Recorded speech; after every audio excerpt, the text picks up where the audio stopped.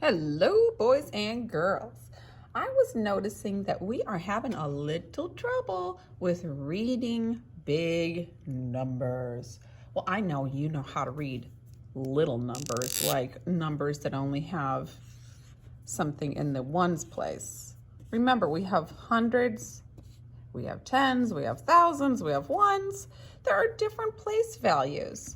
We have the ones place, and it's easy to do and to read a number with only something in the ones place, like you know this number, 7. Easy peasy. So let's move on to something more difficult. Something that also has a number in the tens place. Like, what's that number? 57. 57. Now, if I can read this number, 7, then I can read this number, 57. But what if I have a 3-digit number and I have something in the hundreds place? Like, let's say, what is this place value? This is the hundreds place. So that 2 isn't just a 2, and it's not a 20.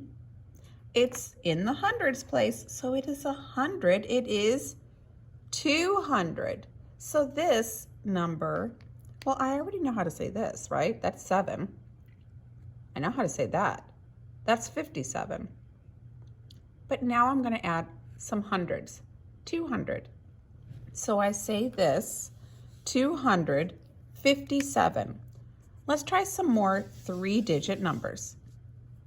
Let's say I've got a 4 in the ones place.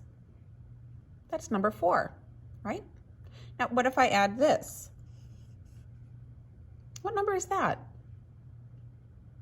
It's 94. 94. Now I'm going to add something to the hundreds place. I'm going to add some hundreds. Let's say that's in the hundreds place. Whenever I have something in the hundreds place, I'm just going to say that number in 100, right? So it's 800. 894. I'm going to do a couple more. Are you getting the hang of it? What if I have this in the ones place? 1. That's easy, right? Now, what about if I put this in the tens place? What's that number? 71. Okay, so I know how to say 71. Now I'm going to add some hundreds. Let's say, let's make it big. 900. This is in the hundreds place, so I'm going to say 900. And what is this? 71. The way I say this number is 971. Let's get a little tricky. What if I have 4 ones, but I have 0 tens? I know this is the number 4. Guess what? It's still the number 4. I have 0 tens. It's not 14. It's not 014. It's just 4. Now I'm going to put a number in the hundreds. Like, let's say that. How many hundreds do I have? I have 3 hundreds. I have 0 tens, but I don't have to say that out loud. Again, remember, this was still the number 4. So now this is 304. I'm going to show you some more like that and how to say it, like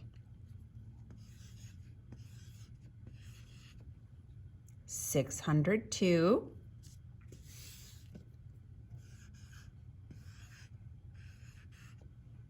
309, 101. Oh, let's get really big now. What if I add something to the thousands? Well, let's look at a number. Let's say I've got 3 ones. I'm going to add 2 tens. What number is that? 23. Okay. Now, let's add 100, like 1. How many hundreds? 100. 123 is how I say this number. I'm going to add 1,000 to this. Look, 1,000. Just like the hundreds, I'm just going to say how many thousands I have. How many thousands? 1,000. So this number is 1,000. 123. Can you say that with me? 1,123. Let's try a few more. How about 7 in the ones place, 1 in the tens place? What number is that? 17. Let's say 3 in the hundreds place. Now what number? 317. What if I put a 1 over here? 1 comma.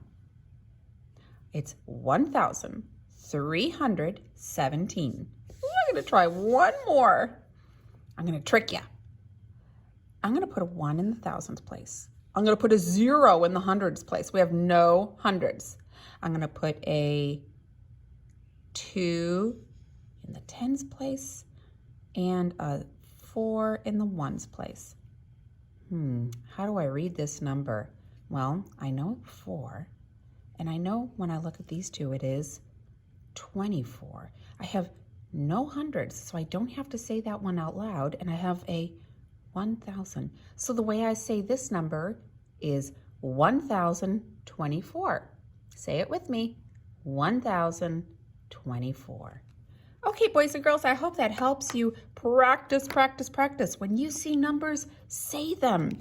Ask your parents if you're saying them right. Practice, practice, practice. Practice, practice, practice. It's the only way we get good at stuff, isn't it? Thanks for listening.